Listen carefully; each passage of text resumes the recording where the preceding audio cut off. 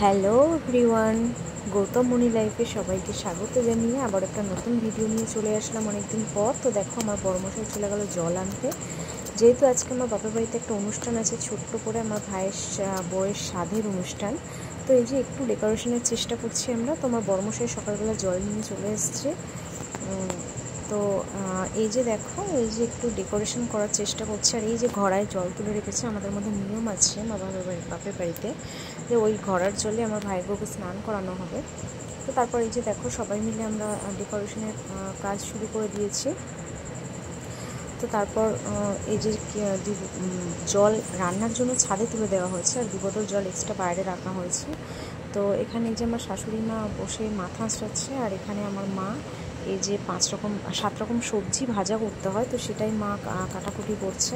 আমার পাশের বাড়ি একটা বৌদি, ওই বৌদি সব কিছু করবে, তো মা একটু রেডি করে দিচ্ছে। তো তারপরে দেখো, এই যে ডেকোরেশন করা এইটুকু হয়েছে। তো তারপরে বেলুনগুলো আমরা দেবো। তো এই যে আমাদের ছাদে রান্নাবান্না কমপ্লিট, প্রায় কিছুটা এগিয়ে গেছে, বেশ কিছুটা এগিয়ে গেছে। তো এই যে ভাতটা নামিয়ে তারপর উনি বসিয়ে দিয়েছেন, আলুর চিপস হচ্ছে এটা।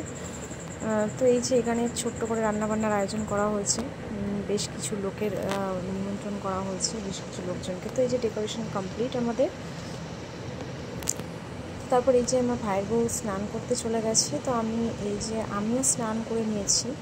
তো এই যে দেখো ডেকোরেশন, আর আমার মেয়ে তো এত আনন্দ পাচ্ছে, ও বেলুন দেখলে তো এমনি আনন্দ পায়। তো ও ভীষণ আনন্দ করছিল বেলুনগুলো দেখে, শুধু ঘোরাঘুরি করছে চারিদিকে। না, আমি একটু ভুল বললাম, আমার ভাইয়ের বউ তখনও স্নানে যায়নি, ও যাবে স্নানে। এই যে আমিও দেখো স্নান করে চলে এসেছি। এই যে মাথায় গামছা বেঁধে নিয়েছি, চুলটা যেহেতু ভিজিয়ে ফেলেছি। একটু জল আনতে গেছিলাম, তো বৃষ্টি পড়ে এসে মানে পুরো একদম আমার পুরো ভিজে গেছি, মাথাটাও ভিজে গেছিলো, তো যার জন্য মাথাটা পুরো ভিজিয়ে স্নান করলাম। তো তারপরে দেখো বেশ কিছুক্ষণ পর, শ্যুট করিনি তখনও। তো এই যে সবাই চলে এসছে, মানে আমাদের যত আত্মীয় স্বজন, ভাইয়ের শ্বশুরবাড়ির থেকে সবাই চলে এসছে। তো ওর খাওয়া দাওয়া সব হয়ে গেছিলো। তো যেহেতু মেয়েদের অনুষ্ঠান, তো আমি একটু ব্যস্ত ছিলাম মেয়েকে খাওয়ানোর জন্য। তো আমার বড়মশাই ভিডিওটা করতে পারেনি ভিতরে। তো তারপরে সব কিছু কমপ্লিট করার পরে যে একটু কেক কাটিং পর্ব চলছে, আর এই যে ভিডিও ক্যামেরা একটু করা হয়েছিল, তো সেখানে সবাই ফটোশ্যুট করছিল, এই যে যেভাবে করে আর কি সবাই। তো তারপর এই যে কেক কাটছে ভাই বউ, আর আমিও ওই যে ভিতরে দাঁড়িয়ে আমার মামামকে ডাকছিলাম, কারণ ও খাটের উপরে বসে বসে খেলা করছিল বেলুন দিয়ে। তো এটা হচ্ছে ভাইয়ের শালার ছেলে, তো একটু কেক খাইয়ে দিচ্ছে, নিজেও খাচ্ছে।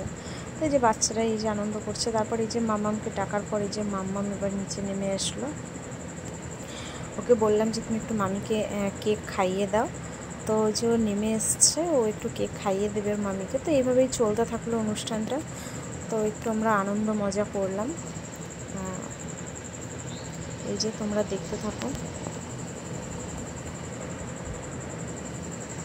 এভাবেই ছোট্ট করে বেশ মজায় কেটেছিল দিনটা। তারপর এই যে আমি এবার এই যে বাইরের দিকে চলে আসলাম। এই যে আমাদের সমস্ত আত্মীয় স্বজন কিছু এখানে আছে, কিছু ছাদে চলে গেছে খাওয়ার জন্য। তো কখনো আমরাও খেতে যাইনি, আমি সবার লাস্টেই গেছিলাম খেতে, বাড়িতে যেহেতু সব লোকজন ছিল। তো এই যে আমার মাম্মা আমার মামিকে একটু কেক খাইয়ে দিচ্ছে।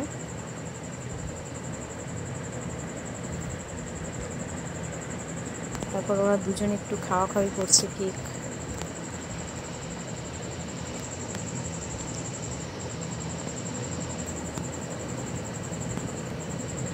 আর এই যে দেখো আমার মা, এটা মাকে একটু কেক খাইয়ে দিল।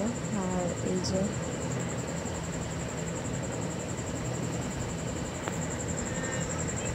আমার মামাম তো বেশ মজা পাচ্ছিল, ওর পায়ের ফাঁক দিয়ে ঘোরাঘুরি করছে, আর ওর মামা ওর নাকে একটু কেক লাগিয়ে দিল। তো তারপর এই যে আমরা খেতে বসে গেলাম, প্রায় 4টে বেজে গেছিলো খেতে। তো এই যে বেশি কিছু খেতে পারিনি, অল্পই খাওয়া দাওয়া করে। তো এই যে তারপরে যে আমার মা খাচ্ছে, আর মেয়েকে খাইয়ে দিয়েছিলাম আগেই। তো তারপরে ওকে বলছিলাম যে মামা একটু মিষ্টি খাও, ও খাচ্ছিল না, বলছিল মা দিদুন একটু পায়েস খাবো, দিদুনকে বলছিল একটু পায়েস খাবো বলে, তারপরেও বায়না করছিল, খায়নি। তো এই যে আমরা তারপর বিকালের দিকে, মানে সন্ধ্যা লেগে গেছিলো। তো আমি আর আমার বর একটু গেছিলাম খড়িবাড়িতে, আমাদের ওখানে খুব ফেমাস জায়গা একটা, ভাইরাল জায়গা বলতে পারো খড়িবাড়িটা, সবাই যায় ওখানকার, খুব একটা ভালো জায়গা, ঘোরার জায়গা, দেখার মতো জায়গা, খুবই সুন্দর। তো তারপর এই যে আমরা একটু চা পাঁপড় খেয়ে একটা কর্নেটও নিয়ে নিলাম। তো এটা খেতে খেতেই এবার বাড়ির দিকে রওনা দেব। শরীর